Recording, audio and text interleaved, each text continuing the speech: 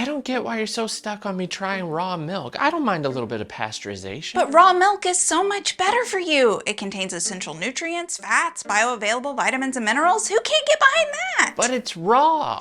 You're just picky. Whatever. Just leave it there if you don't want it.